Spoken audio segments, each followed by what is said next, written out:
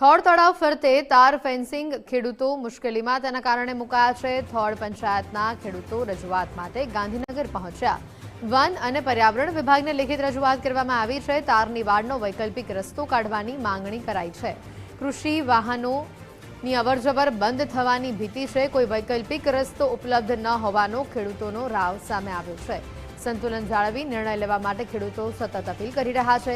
700 વીઘા જમીનના ખેડૂતો મુશ્કેલીમાં મુકાયા છે। વન વિભાગ સમક્ષ ખેડૂતોએ ઉગ્ર રજૂઆત કરી છે।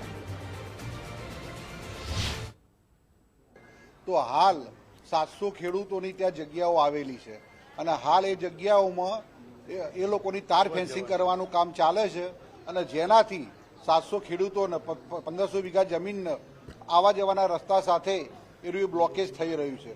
તો આજે અમે અર્જુનભાઈ મોઢવાડિયાને મળવા આવેલા છીએ અને આનો કંઈક સુખદ રસ્તો આપે એવી અમારી અભિલાષા।